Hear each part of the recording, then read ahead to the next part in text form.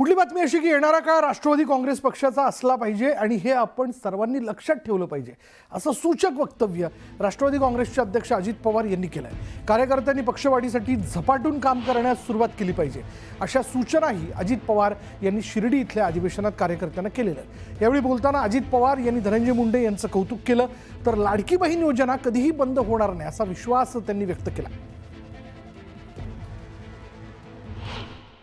येणारा काळ हा राष्ट्रवादी काँग्रेस पक्षाचा काळ असला पाहिजे हे आपण आपल्या सगळ्यांनी लक्षामध्ये ठेवलं पाहिजे।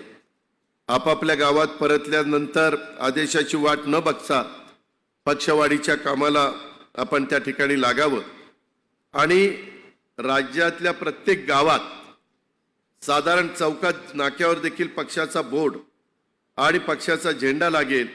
प्रत्येक गावात आळीत गल्लीत पक्षाचा नवीन सक्रिय कार्यकर्ता या निमित्तानं तयार होईल यासाठी देखील आपण काम केलं पाहिजे।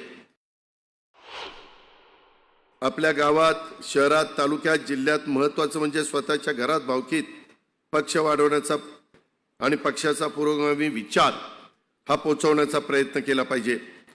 नाहीतर काय होतं बऱ्याचदा अनेकांच्या बाबतीत असं बघितलंय कार्यकर्ता पक्ष वाढायला बाहेर पडतो पण तेव्हा हा असतो एका पक्षात, त्याची बायको दुसऱ्या पक्षात, मुलगा तिसऱ्या पक्षात आणि मुलगी अपक्ष आणि भावकीचा विरोध असं त्या ठिकाणी होता कामा नये हे अजित पवार सांगतो। तर त्याच्यामुळं तुम्ही त्या गोष्टीची नोंद सगळ्यांनी घ्यावी।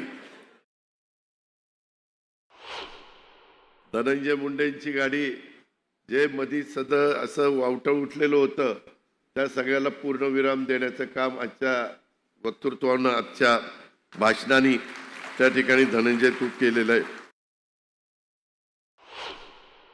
खूप जण पक्षात येऊ पाहत आहेत परंतु त्या व्यक्तीला घेतल्यानंतर पक्षाचं एकंदरीत बेरीज तर झाली पाहिजे पण तिथं कुठं पक्षाला कमीपणा येता कामा नये। काही जण काही कामाचे नाही, त्यांना घेऊन काही उपयोग नाही। उलट लोक म्हणतील अरे ह्याला घेतलं ह्याला राष्ट्रवादीला काहीतरी वेगळंच सुरू झाले। त्यामुळं ज्याची जनमानसामध्ये प्रतिमा खराब आहे अशा माणसाला अजिबात राष्ट्रवादी काँग्रेस पक्षामध्ये घेण्याचं काही कारण नाही।